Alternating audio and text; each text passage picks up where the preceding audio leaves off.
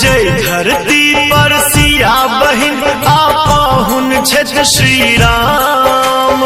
जय धरती पर सिया बहिन आपहुन छथि श्री राम। वह नगर के वासी छी हम पावन मिथिला धाम।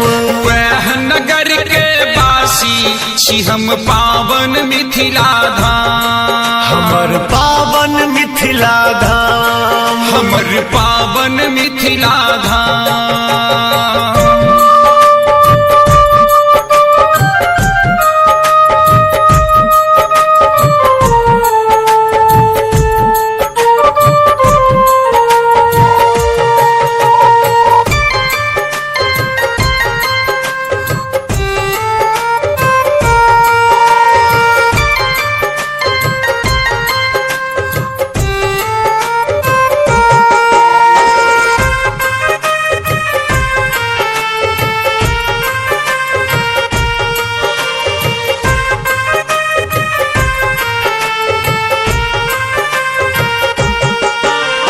जात पात के भेद कोनो ने सब मैथिल संतान रे।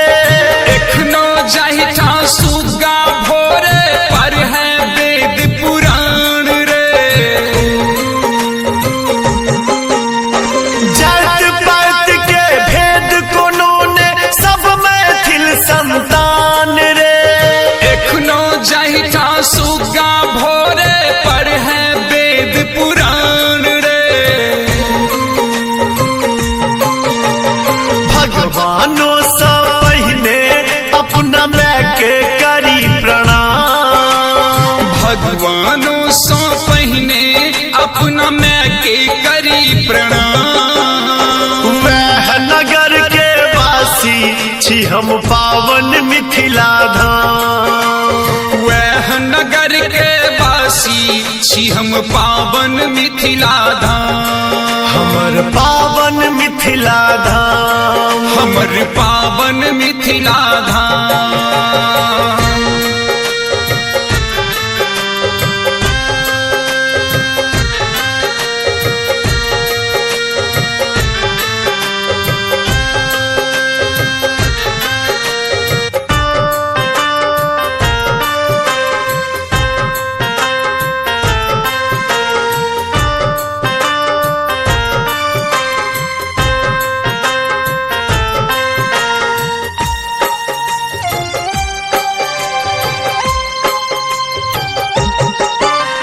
नीपल अंगना लिखल अरिपन संस्कार झलकावे रे। सामा झिझिया जोत जतिन आ झरनी हिया जुरावे रे। नीपल अंगना लिखल अरिपन संस्कार झलकावे रे। सामा झिझिया जोत जतिन आ झरनी हिया जुरावे रे। कौआ जैसा पहले पराती पर से गाँव। कौआ बा जैसो पहिने पराती पर से गाँव। वह नगर के वासी छी हम पावन मिथिला धाम। वह नगर के वासी छी हम पावन मिथिला धाम। हमर पावन मिथिला धाम। हमर पावन मिथिला धाम।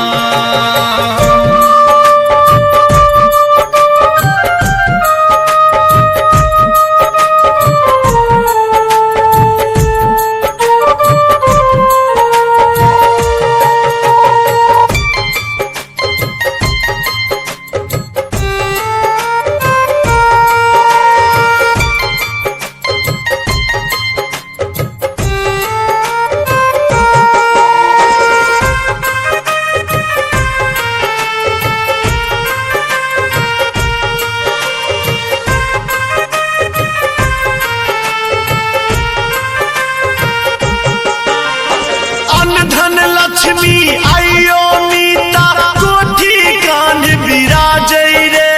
शारद मैया मैथिली बनी रहू सब सब हक ठोर पर साजई रे। धन लक्ष्मी आइयो मीता कोठी कान विराजई रे। शारद मैया मैथिली बनी रहो सब हक ठोर पर साजई रे। भोला दानी बन गौगना बैसल अंगना दलान।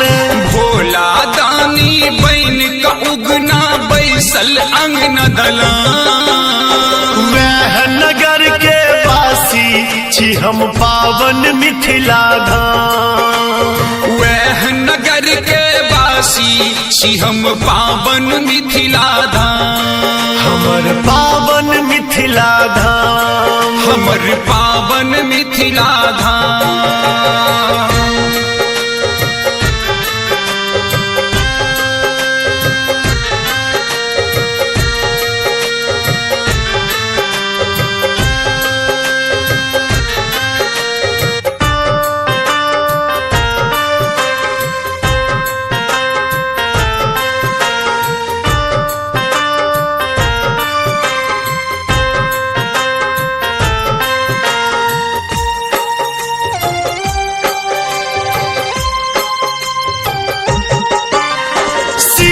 झुकौने धान लगै छै अनमन घोग में कनिया रे। आँचर हरियर बाध लगै छै पोखर मुस्की चौनिया रे। शीश झुकौने धान लगै छै अनमन घोग में कनिया रे। आँचर हरियर बाध लगै छै पोखर मुस्की चौनिया रे। नेहक आटी बोझ सभारल छै सब हक खरिहान। नेहक आटी बोझ सभारल छै सब हक खरिहान। वह नगर के वासी छी हम पावन मिथिला धाम। वह नगर के वासी